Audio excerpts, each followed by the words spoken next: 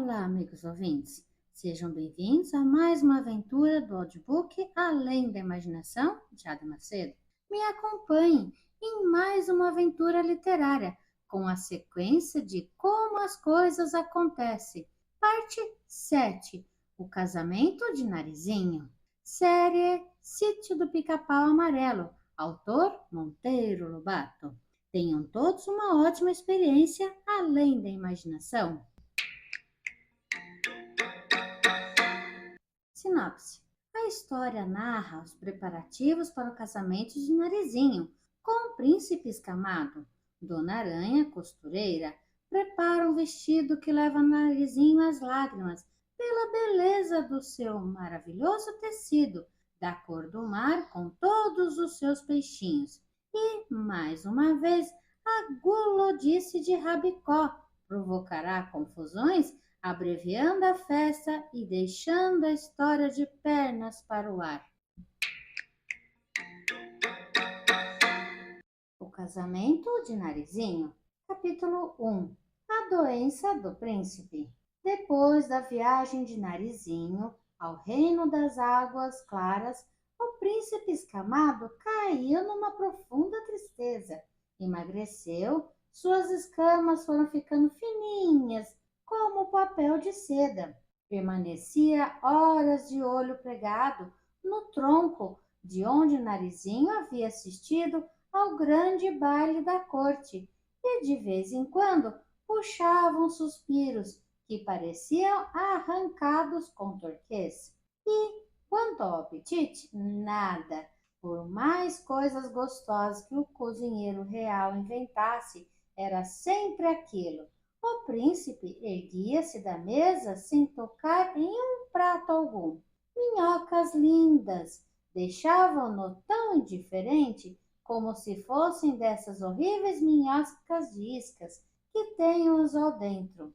Esse estado de alma do príncipe entristecia bastante a corte. Além de amarem sinceramente, receavam que, no caso da morte do escamado, subisse ao trono alguma piranha de Macasta ou um célebre polvo que se divertiria em estrangular os pobres peixinhos nos seus terríveis tentáculos. O doutor Caramujo foi chamado para examinar o príncipe. Trouxe-lhe no bolso, pediu para ver a língua. Depois, erguendo para a testa os óculos de tartaruga, disse com toda a gravidade: Vossa Majestade está sofrendo de narizinho arrebitatite, doença muito séria, cujo único remédio é o casamento com uma certa pessoa. O príncipe arregalou os olhos, cheio de espanto. Era a primeira vez que aquele médico não receitava pílulas. Tens razão, Caramujo, disse ele. Minha moléstia não é do corpo, mas da alma.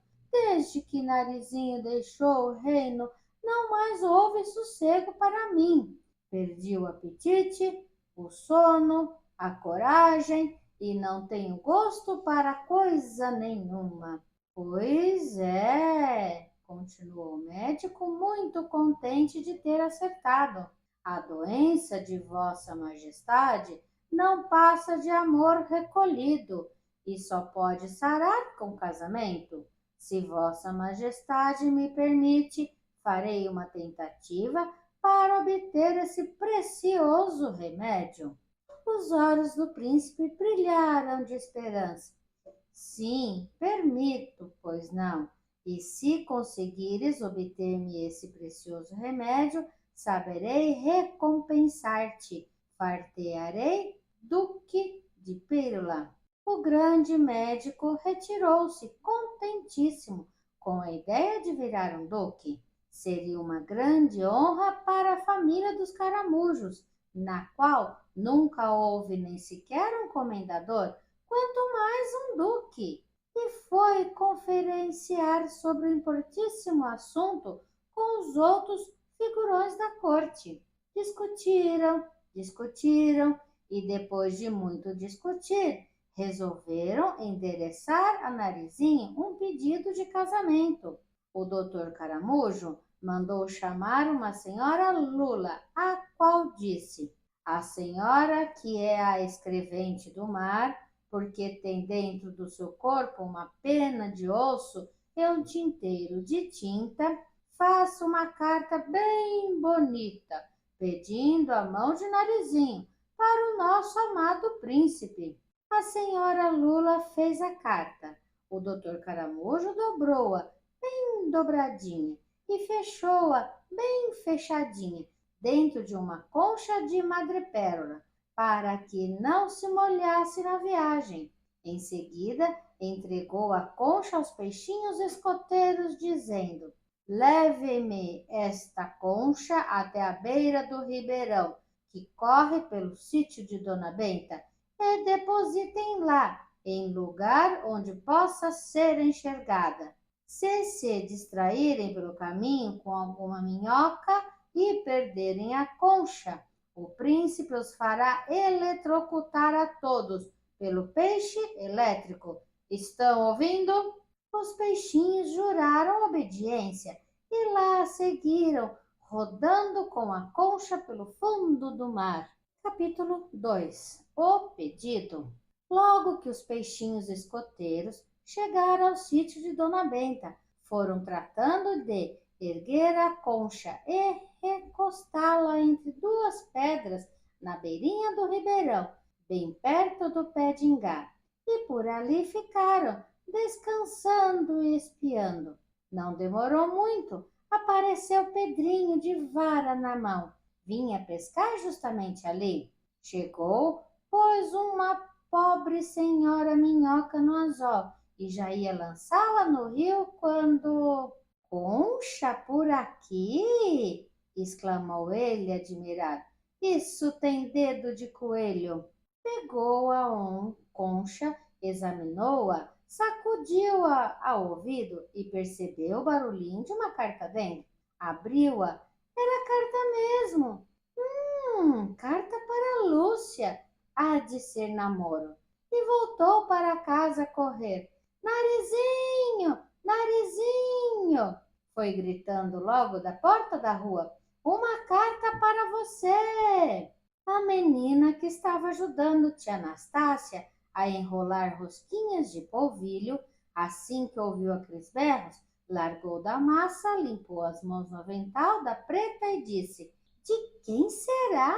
Meu Deus do céu! Rasgou o envelope e leu: Senhora, a felicidade do reino das águas claras está nas vossas mãos. O nosso príncipe perdeu-se de amores e só pode ser salvo se a menina ou aceitar como esposo. Ou casa-se ou morre, diz o médico da corte.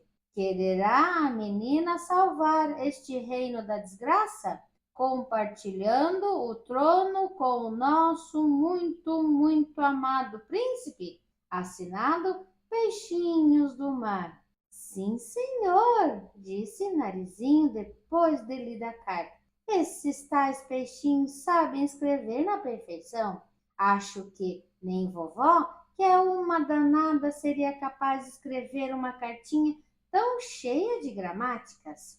Depois, voltando-se para Pedrinho, ordenou muito naturalmente: responda que sim, que aceito. Diga que estou ajudando tia Anastácia a enrolar essas rosquinhas e logo que acabe, irei casar com ele. Dona Benta, que ia passando, ouviu o final da frase. Casar-se com quem, menina? Que história é essa de casamento?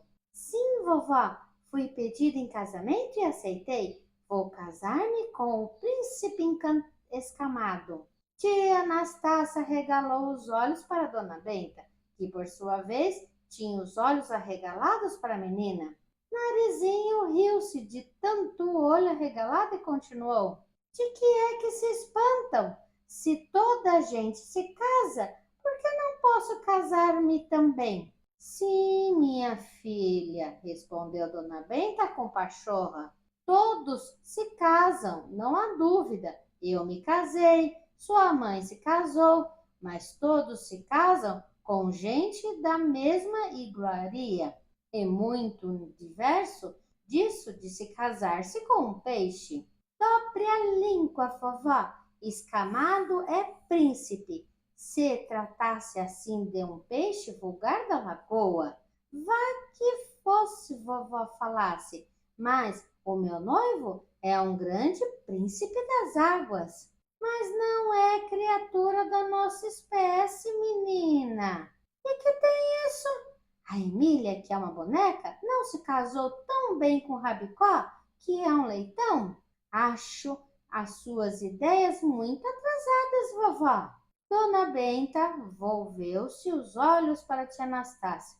Já não entendo esses meus netos. Fazem tais coisas que o sítio está virando livro de contos da carochinha. Nunca sei quando falam a verdade ou de mentira. Este casamento com peixe, por exemplo, está me parecendo brincadeira, mas não me admirarei se um belo dia surgir por aqui um marido peixe, nem que esta menina me venha dizer que sou bisavó de uma sereinha. A velha benzeu-se com ambas as mãos. Credo, até parece bruxaria, mas se chegar esse tempo, sinhá, mercê que trate de arranjar outra cozinheira. Assim, cata cega como eu, tenho medo de escamar e fritar um bisneto de Missê, pensando que é uma traíra. Enquanto as velhas discutiam o estranho caso, Pedrinho fez a carta de resposta. Depois dobrou-a bem dobradinha. Depois fechou-a bem fechadinha, dentro do mesmo envelope concha. Depois colocou o envelope concha no lugar onde havia encontrado.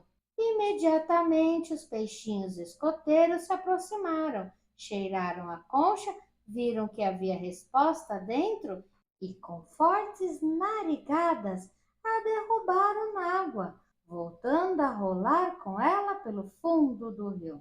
Quando o príncipe leu a resposta de Narizinho, quase morreu de alegria. Apesar de ser a carta mais curta do mundo, pois se compunha apenas da palavra sim, o príncipe perdeu a compostura e pôs-se a dar pinotes em cima do trono, que até parecia um peixe pescado e largado no seco. Os ministros e demais fidalgos da corte trocaram olhares de aflição. Teria enlouquecido o amado príncipe? Escamado, afinal, caiu em si. Ficou vermelhinho como um camarão. Perdoe-me estas expansões, amigos, disse ele. São alegrias loucas de um náufrago que vê afinal o porto da salvação.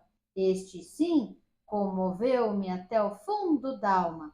Não é um simples sim, reparem, é um sim seguido de um ponto de admiração.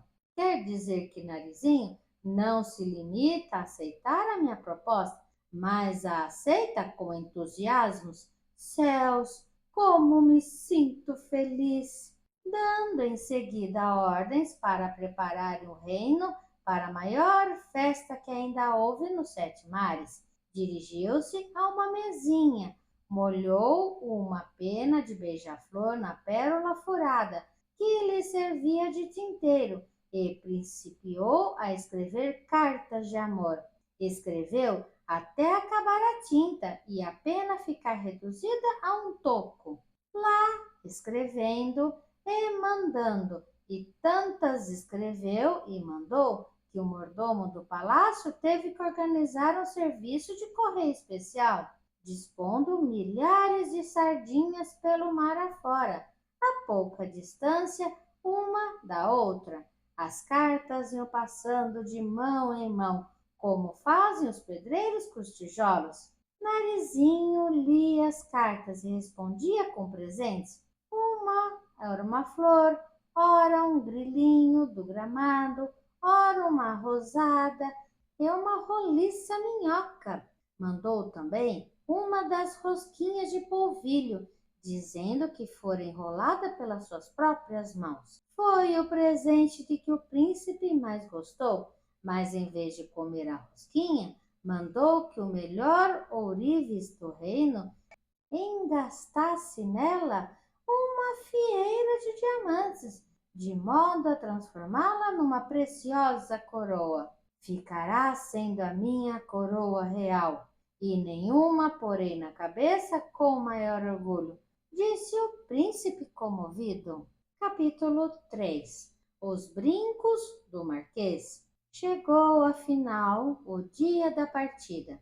De manhã cedo, Narizinho deu os últimos retoques no vestido novo da boneca. Emília fez cara de pouco caso. Achou feio. Queria vestido de cauda. Você, disse ela, convidou-me para a madrinha de casamento. Lembre-se, como, pois, posso apresentar-me na corte com esse vestidinho de Judas no sábado de Aleluia? Lá arranjaremos outro, como daquela vez, respondeu a menina. Este é só para a viagem. Se faço vestido de cauda, você vai enganchando pelo fundo do mar, onde há muito pé de coral, mais espinhento que carrapicho. O Visconde de Sabugosa também ia, para servir de padrinho. Narizinho mudou-lhe a fita da cartola e pediu que Emília que o escovasse da cabeça aos pés. Este senhor Visconde, acrescentou a menina, está mudando de gênio. Depois que caiu atrás da estante da vovó e lá ficou esquecido 3 semanas, embolorou e deu para sábio. Parece que os livros pegaram a ciência nele. Fala dificílimo e só física para aqui, química para ali. E o Rabicó? Indagou a boneca. Rabicó não vai, gritou Pedrinho, que ia entrando neste momento. Estás um marquês muito mal educado, estragador de todas as nossas festas. Não se lembra do que fez com as cocadas no dia do seu próprio casamento? Narizinho protestou. Mas não fica bem, Pedrinho. Rabicó, afinal de contas, é marido da Emília e não fica bem que Emília apareça na corte sozinha. Podem falar dela. Pois então vai, respondeu Pedrinho. Mas o meu bodoque vai também. E se ele não se comportar muito direitinho, já sabe, é cada pelotada na orelha de sair cinza. Pedrinho ganhara um botoque de Guatambu e agora resolvia tudo a bodocadas.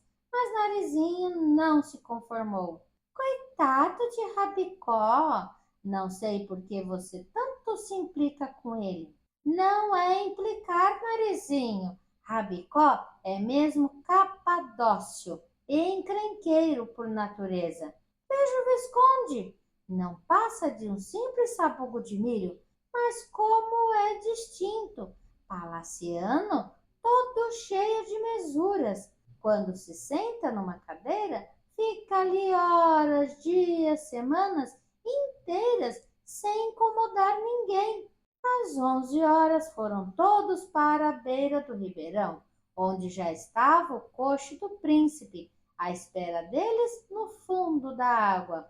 O coche já veio, disse Emília, e Rabicó ainda não está vestido. Você esqueceu-se de arrumá-lo, Narizinho? É verdade, mas isso é coisa de 1 minuto, respondeu a menina e atou um laço de fita da coadinha escarancolada do Marquês. Só falta agora uns brincos, lembrou-se Pedrinho, tirando do bolso 2 amendoins com casca. Estalou-os e prendeu-os na ponta de cada orelha do leitão. Depois disse de cara feia: não me vá comer os brincos, senhor Marquês, senão já sabe o que acontece. E apontou para o bodoque. Nesse momento, o doutor Caramujo saiu da água, trepou-a a uma pedra e fez com os chifrinhos gestos de que, podiam tomar o coche. As águas imediatamente se abriram, como no Mar Vermelho, quando os hebreus chegaram, perseguidos pelos egípcios. Tomando a frente, Narizinho desceu ao fundo, seguida de todos os demais. Entraram no coche, contaram-se. Faltava o Marquês. Sempre se espera pela pior figura, resmungou Pedrinho, já meio aborrecido. Por que será que ele não aparece?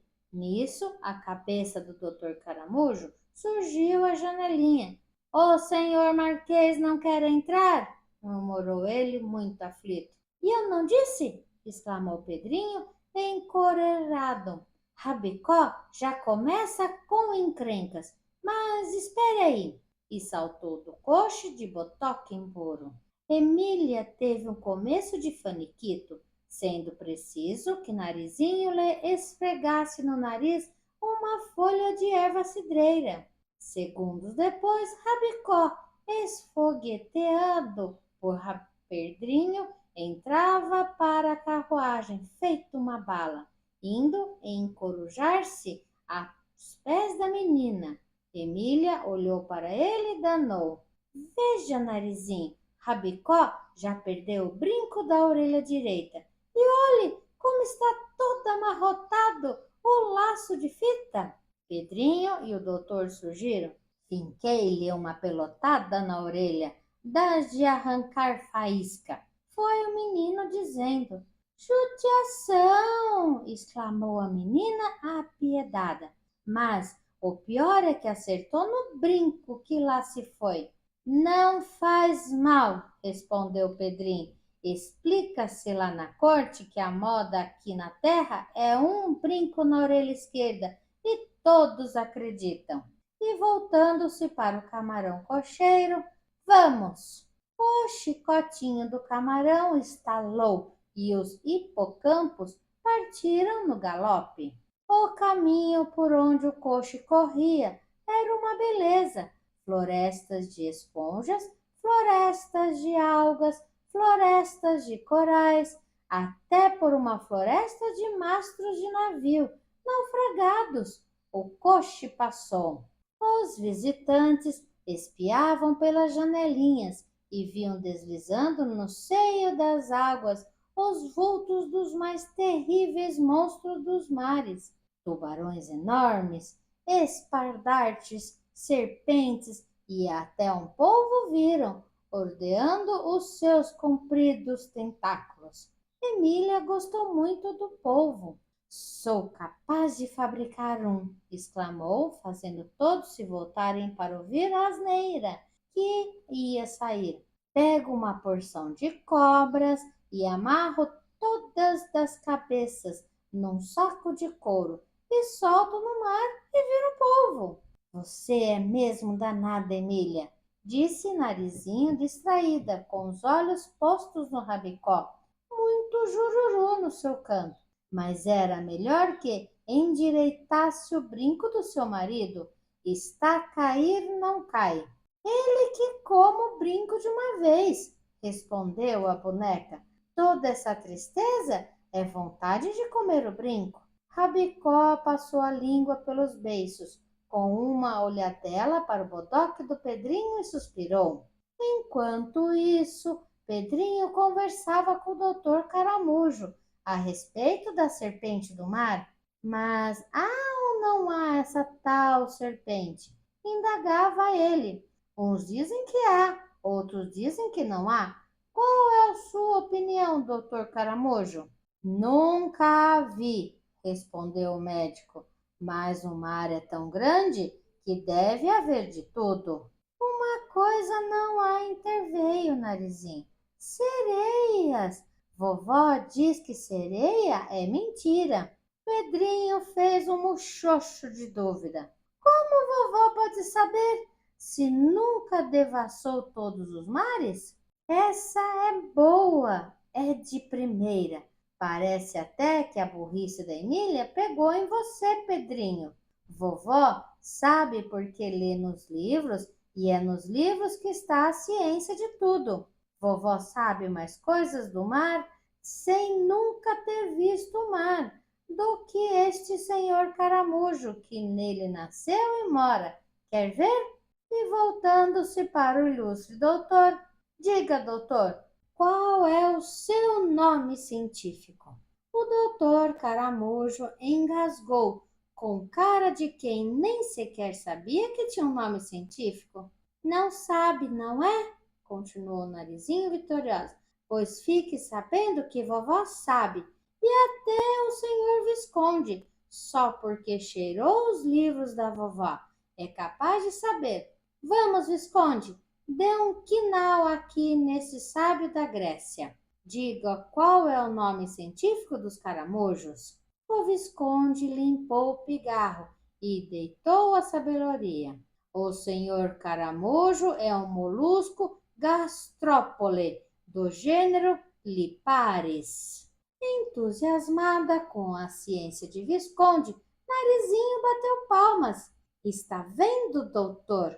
O senhor é um Liparis, Liparis, com L bem grande.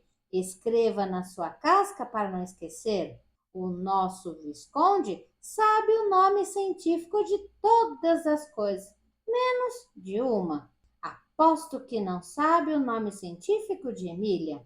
O Visconde pensou, respondeu depois de limpar um pigarro. A senhora Emília é um animal artificial que não está classificado em nenhuma zoologia. Narizinho deu uma gargalhada gostosa. Eu não aturava tamanho desaforo, disse cutucando a boneca. Chamar a você, uma ilustre marquesa, de animal? Emília olhou para o Visconde com um arzinho de soberano desprezo. Não ligo a vegetais, disse ironicamente, que antes de serem Visconde andavam jogados no chão, perto do coxo das vacas, sujo de terras e outras coisas, sem cartola, sem nada. O Visconde é muito importante, mas treme de medo quando passa perto da vaca mocha. O senhor Visconde tem medo de vacas? Inquiriu o doutor Caramujo, muito admirado, apesar de não saber o que era vaca. Como não? Respondeu o Narizinho. Ele é um sabugo, e todo sabugo, assim que vê uma vaca, finca o pé no mundo. Não sabe que as vacas preferem comer um sabugo a comer bombom? A mãe do Visconde, o pai do Visconde, os irmãos, os primos, os tios e o sogro, a parentelada inteira de Visconde, todos os sabugos lá do sítio de vovó foram mascados pela vaca mocha. Só escapou este porque usa cartola, e vaca tem medo de sabugo de cartola. Neste momento, o coxa entrou por uma planície de areia que não tinha fim.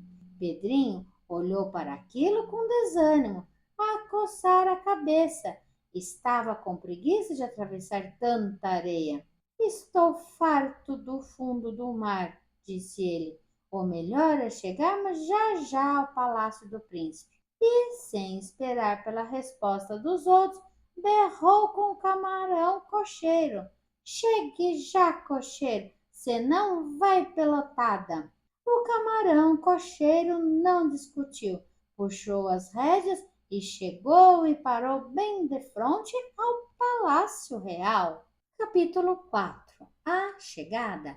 Rodeado de toda a corte e de enorme multidão de povo do mar, veio o príncipe receber a menina.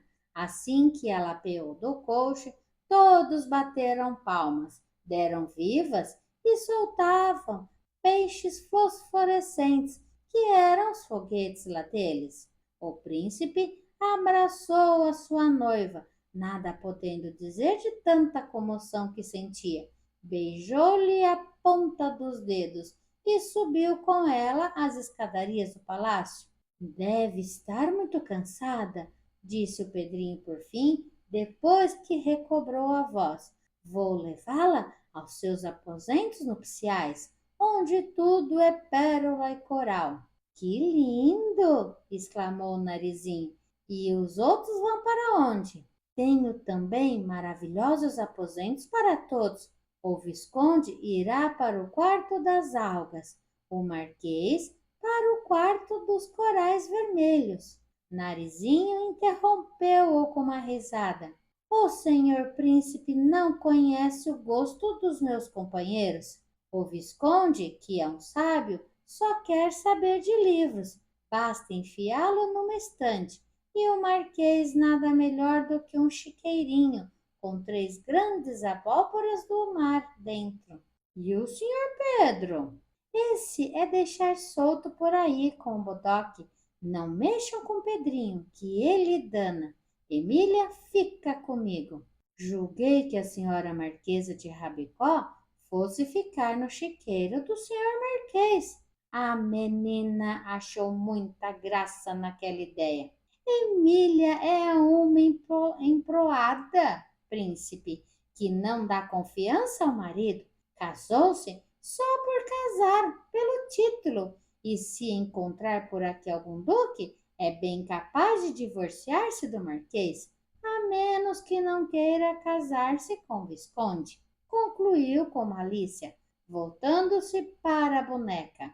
Emília replicou sem demora, dizendo a sua célebre carinha de pouco caso: animal não casa com vegetal. O príncipe ia se retirando para que a menina pudesse descansar à vontade, quando Pedrinho apareceu no quarto. E agora, príncipe, que é que vamos fazer agora? Indagou ele. Descansar da viagem, respondeu o escamado. E se fizéssemos de conta que já estamos descansados? Neste caso, eu o convidaria para a festa de recepção na sala do trono. Como é que é essa festa, príncipe? Oh, muito linda!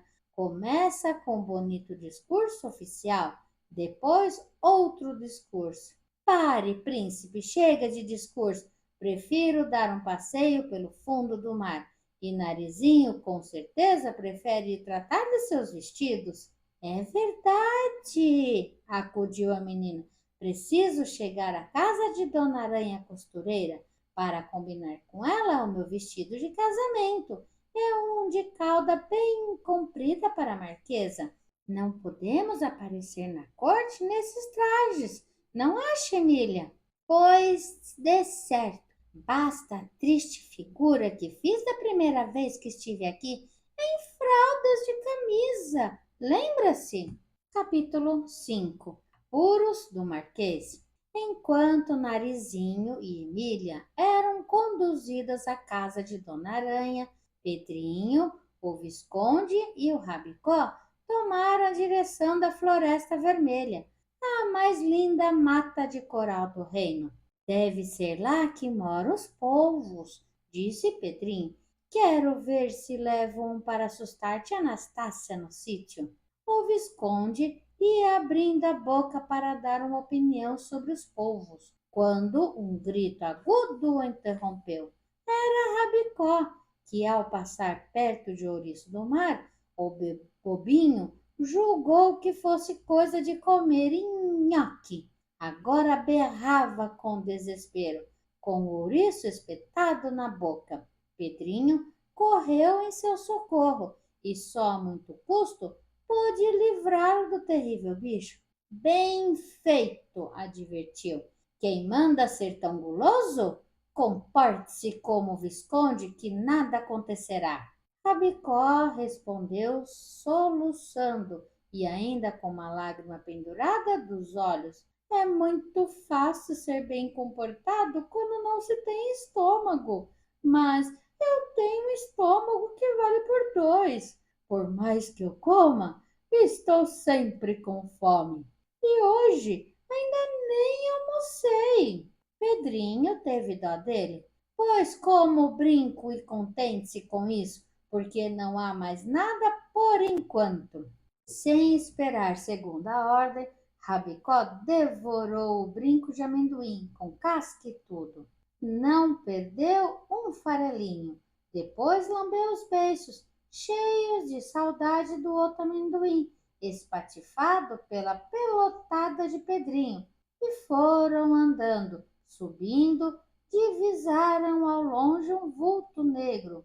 Quem será? Indagou o menino, firmando a vista. Deve ser um gigantesco polvo, sugeriu o Visconde. Polvo seu nariz, onde já se viu polvo com mastros? É o navio, e é muito bom navio.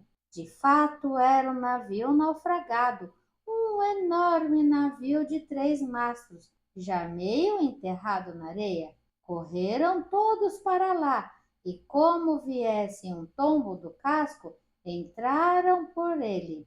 Puderam, assim, percorrer o navio inteiro, os camarotes, os salões, o tombadilho. Rabicó separou-se dos companheiros para descobrir aonde era a cozinha, na esperança de encontrar algum resto de comida, e de repente gritou muito alegre: Achei! Achei! Uma linda raiz de mandioca! Venham ver!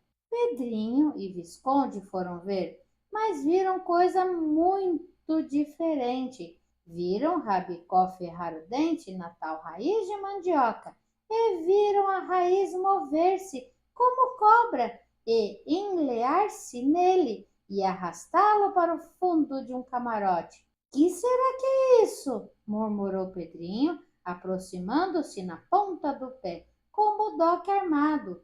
Espiou. Era um polvo. Estava o pobre marquês nos braços do enorme polvo, que o olhava muito admirado, como se jamais houvera visto leitão com um laço de fita na cauda. É o que eu pensei, cochichou o menino para o Visconde.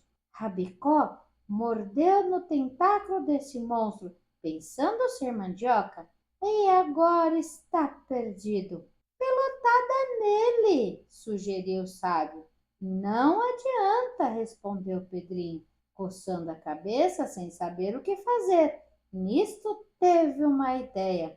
Senhorita, disse a uma sardinha que também estava assistindo ao espetáculo, faça-me o favor de ir correndo ao palácio dizer ao príncipe que o marquês está nas garras de um polvo, ele que mande ajuda com a maior urgência.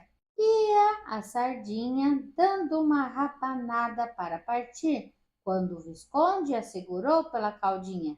Senhorita, poderá acaso dizer-me qual é o seu nome científico? Não sendo uma sardinha culta, julgou ela que Visconde estivesse caçoando e ofendeu-se. Malcriado, não se enxerga? Retrucou, botando-lhe a língua para fora. E lá se foi em direção ao palácio, toda empinadinha para trás, a resmungar contra o estafermo. O Visconde, muito desapontado, ficou a refletir consigo que era uma pena serem totalmente analfabetos os habitantes daquele reino. Capítulo 6. O vestido maravilhoso. Enquanto a tragédia de Rabicó se desenrolava no camarote do navio afundado, Narizinho e Emília escolhiam figurinos em casa de Dona Aranha Costureira. Depois de passar a escolher fazendas, Dona Aranha tirou dos seus armários de madrepérola um vestido cor do mar, com todos os seus peixinhos, e como o maior pouco caso, como se fosse de alguma casinha barata, desdobrou diante da freguesa, assombradas. Que maravilha das maravilhas! Exclamou o Narizinho, de olhos arregalados, sentindo uma tontura tão forte que teve de sentar-se para não cair. Era o vestido que não lembrava nenhum outro, desses que aparecem nos figurinos. Feito de seda? Qual seda? Nada. Feito de cor, e cor do mar. Em vez de enfeites conhecidos, rendas, entremeios, fitas, bordados, plissés ou vitrilhos, era enfeitado com peixinhos do mar, não de alguns peixinhos só, mas de todos os peixinhos, os vermelhos, os azuis, os dourados, os de escamas furtacor, os compridinhos, os roliços com bolas, os achatados, os de cauda bicudinha, os de olhos que parecem pedras preciosas, os de longos fios de barba movediços, todos, todos. Foi ali que Narizinho viu como era infinitamente variadas as formas e a cor dos habitantes do mar. Alguns davam ideia de verdadeiras joias vivas, como se feitos por um ourives, que não tivesse o menor dó de gastar os mais ricos diamantes e opalas e rubis, e esmeraldas e pérolas e turmalinas da sua coleção. E esses peixinhos joias não estavam pregados no tecido, como os enfeites e aplicações que se usam na terra, estavam vivinhos, nadando na cor do mar, como se nadassem na água, de modo que o vestido variava sempre e variava tão lindo, lindo, lindo, que a tontura da menina apertou e ela pôs-se a chorar. É a vertigem da beleza, exclamou Dona Aranha sorridente, dando-lhe a cheirar um vidrinho de éter. Emília espichou a munheca para apalpar a fazenda. Queria ver se era encorpada. Não, bula! Murmurou o Narizinho com voz fraca, ainda de olhos turvos. O mais lindo era que o vestido não parava um só instante, não parava de faiscar e brilhar, e piscar e furtar cor, porque os peixinhos não pararam de nadar nele, descrevendo as mais caprichosas curvas por entre as algas boiantes. As algas bordeavam as suas cabeleiras verdes e os peixinhos brincavam de rodear os fios ondulantes, sem nunca tocá-los nem com a pontinha do rabo, de modo que tudo aquilo virava e mexia, e subia e descia, e corria e fugia, e nadava e boiava e pulava, e dançava, que não tinha mais fim. A curiosidade da Emília veio interromper aquele êxtase. Mas quem é que fabrica esta fazenda, dona Rainha? Perguntou ela, apalpando o tecido sem que Narizinho fisse. Esse tecido é feito pela fada Miragem, respondeu a costureira. E com que a senhora corta? Com a tesoura da imaginação. E com que agulha cose? Com a agulha da fantasia. E com que linha? Com a linha do sonho. E por quanto vende o metro? Narizinho, jamais senhora de si, deu-lhe uma cotovelada. Cale-se, Emília, os peixinhos podem assustar-se com as suas asneiras e fugir do vestido. Nesse instante, a porta abriu-se assustadoramente e o príncipe apareceu mais assustado ainda. Uma grande desgraça, foi dizendo. Acaba de chegar uma sardinha mensageira com o aviso do senhor Pedrinho, comunicando que o Marquês de Rabicó está nas garras de um polvo.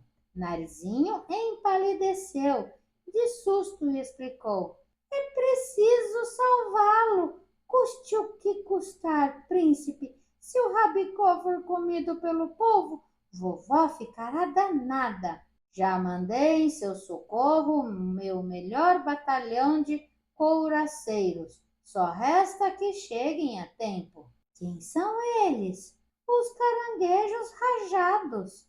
Mas caranguejo anda tão devagar, príncipe, murmurou a menina com cara de desgosto. Sim, mas partiram montados em velocíssimos peixes elétricos. Tem esperança de que tudo acabe bem. Ai, os anjos digam amém, suspirou a menina, ainda com o pensamento no pito que poderia levar de Dona Benta.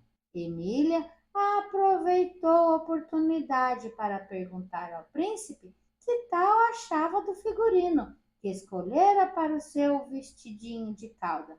Muito bonito, respondeu ele maquinalmente, pensando noutra coisa. Pois está às suas ordens, disse amavelmente a boneca.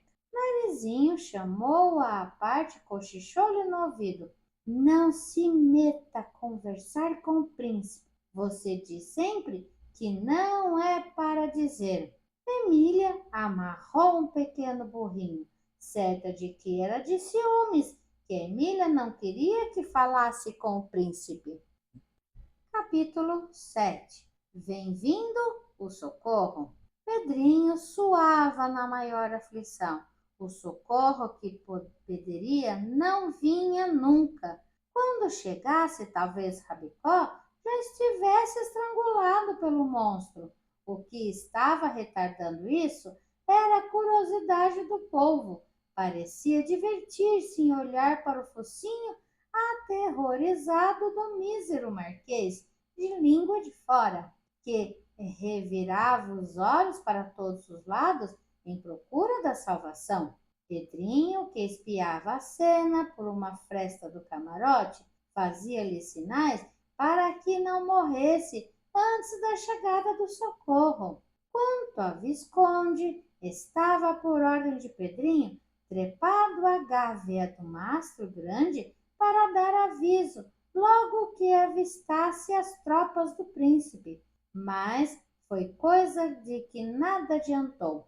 O Visconde era um verdadeiro sábio, e os sábios são muito distraídos. Logo que chegou ao alto do mastro, distraiu-se com uma baratinha do mar que andava por ali, ficando a parafusar que nome específico poderia ela ter. Por isso, não viu a chegada dos couraceiros, nem pôde dar o aviso. Eram os tais couraceiros, uns terríveis caranguejões rajados de casca rígida como a de tartaruga e armados de pinças piores que boticão de dentista. Por serem muito vagarosos, vinham montados em peixes elétricos. Chegaram, apearam. O comandante perguntou ao menino: onde estava o senhor Marquês?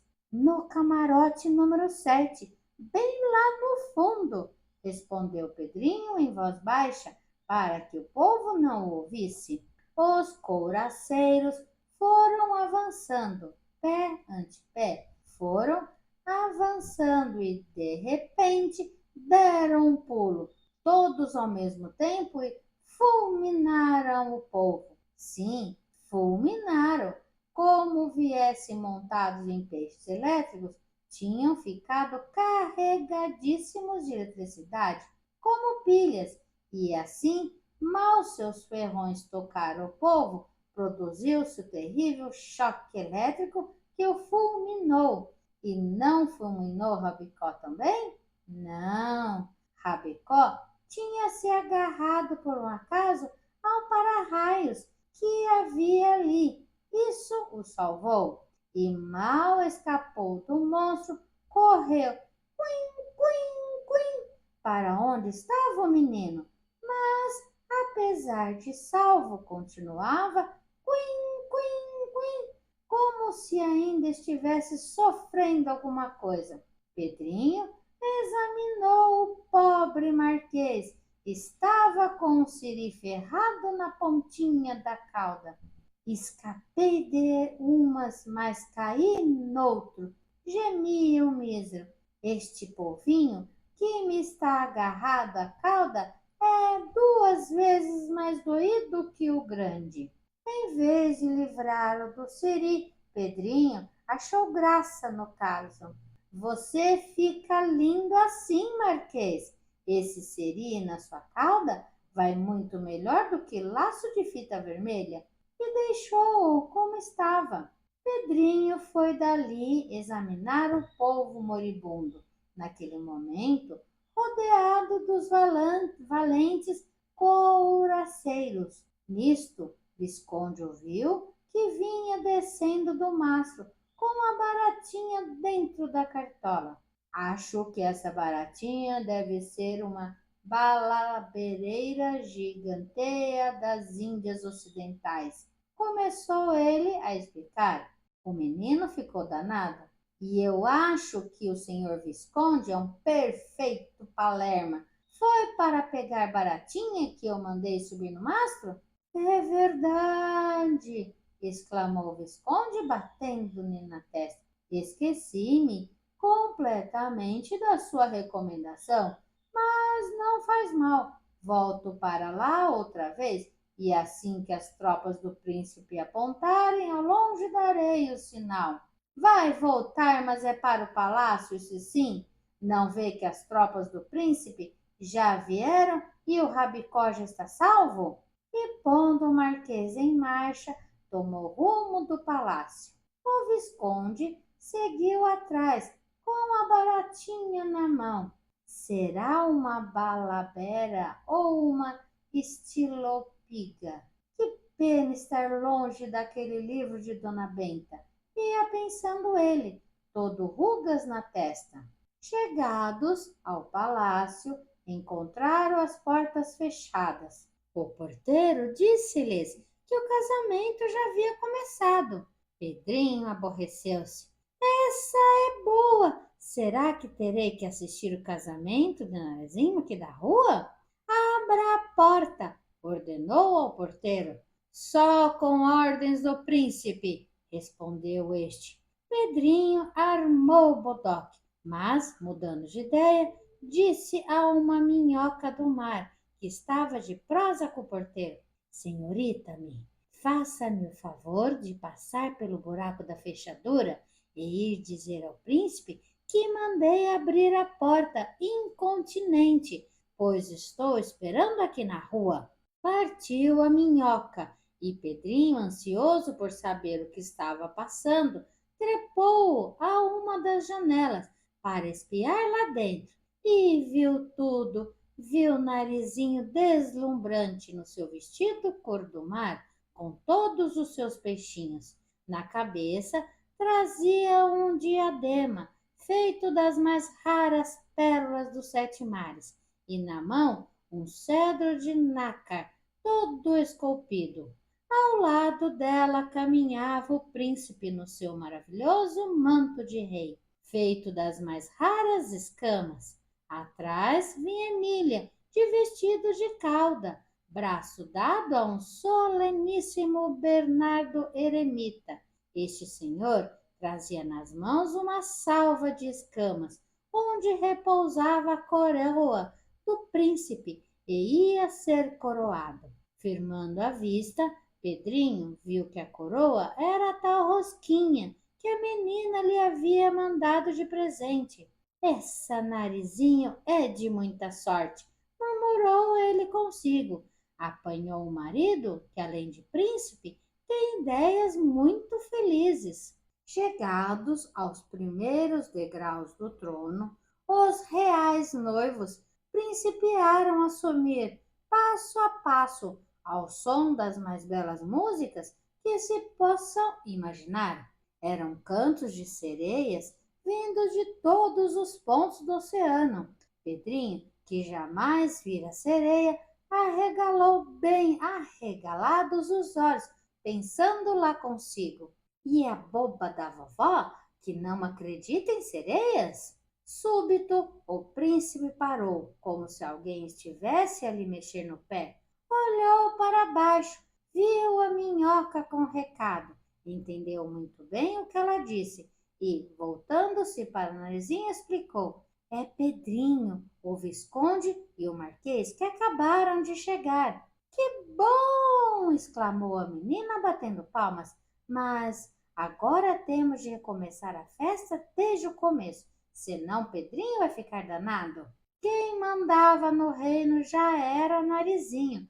Um desejo seu valia por ordens terminantes, de modo que o príncipe fez parar a festa para começar novamente. Cada qual foi para o seu posto, todos muito compenetrados, à espera de que Pedrinho, o Marquês e o Visconde entrassem e tomassem as poltronas que lhe estavam reservadas. As portas do palácio abriram-se afinal e os três aventureiros surgiram. Emília, incontinente, notou qualquer coisa estranha na ponta da cauda de Rabicó. Que é que o Rabicó tem na cauda? Interrogou ela, firmando a vista. Parece que o laço de fita virou siri e correu para ver bem, verificando que era siri mesmo. Desmaiou de vergonha. Houve grande reboliço. Toda a corte correu para ampará-la. Veio às pressas o doutor Caramujo, que lhe tomou o pulso demoradamente. Não está morta, não, disse ele por fim, apenas desacordada. E como há de ser para acordá-la? Perguntou Narizinho ansiosa. Não há éter por aqui? Há coisa muito melhor, declarou o doutor Caramujo. Há ciris para acordar uma criatura desmaiada. Não conheço nada melhor do que botar um siri em cima. Tragam-me um siri. O príncipe gritou. Um siri! Meu reino por um siri! Aqui está um, disse Rabicó, voltando-se de costas para o doutor, muito contente por ter aparecido daquele jeito e se livrar do incômodo brinco da cauda. O doutor agarrou no siri, tirou-o da cauda de Rabicó e aplicou-o no nariz da Emília. A boneca imediatamente deu um suspiro. Onde estou eu? Murmurando, abrindo os olhos ainda apalermada. Sente-se melhor? Indagou o médico. Um pouco, mas tenho a vista turva. Vejo tudo atrapalhado, como se o mundo estivesse cheio de pernas. Eram as pernas do siri, ainda pendurado no nariz dela. O doutor riu-se e, afastando-lhe do nariz aquele pernudo éter, guardou-o no bolso para outra emergência, dizendo: o médico deve andar sempre prevenido. Terminado o incidente, ia a festa começar de novo. Chegou o casamenteiro, outro Bernardo Eremita, muito respeitado nos reinos pelas suas manhas. Fora convidado não só para fazer o casamento, como também para coroar o príncipe com a famosa coroa de rosquinha, esgastadas de diamante. Começa tudo de novo, desde o princípio. Foi a ordem do príncipe. E tudo recomeçou, desde o princípio. As sereias repetiram os lindos cantos que já havia cantado, e os noivos repetiram a marcha a passos lentos em direção ao trono nupcial. Enquanto caminhavam, uma chuva de pérolas em pó caía sobre eles. Subiram ao trono, sentaram-se. O venerado Bernardo Eremita pronunciou as palavras sacramentais. Deus casou, bem casadinhos. Palmas romperam e gritos de urras. Narizinho estava a princesa finalmente. Estava a coroação. O venerando Bernardo pronunciou outras palavras sacramentais e concluiu pedindo a coroa. Mas o que é da coroa? Havia desaparecido. A coroa sumiu, murmurou o fidalgo que segurava a salva de escamas, mais pálido que uma folha de papel. Alguém furtou a coroa! Miserável!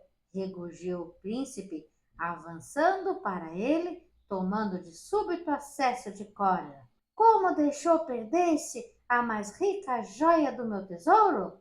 E deu-lhe uma cetrada na cabeça. Foi um reboliço. A corte debandou apavorada. Todos sabiam que, quando o príncipe surrava alguém com o cedro, era sinal de fim do mundo, pior que tempestade em alto mar. Narizinho e seus companheiros acharam melhor debandarem também, Saíram dali correndo e chegaram pingando ao sítio de Dona Benta. Assim que pararam para tomar fôlego, Emília voltou-se para a menina e disse: Eu vi, Narizinho, juro que vi. Foi o Rabicó quem comeu a coroa do príncipe. Olá, olá, amigos ouvintes. Você acabou de ouvir a sequência de como as coisas acontecem, parte 7, o casamento de Narizinho, da série Sítio do Pica-Pau Amarelo, autor Monteiro Lobato. Agradeço por estar comigo nessa aventura. A audiobook, além da imaginação de Ana Macedo, agradece sua companhia e até a próxima aventura literária.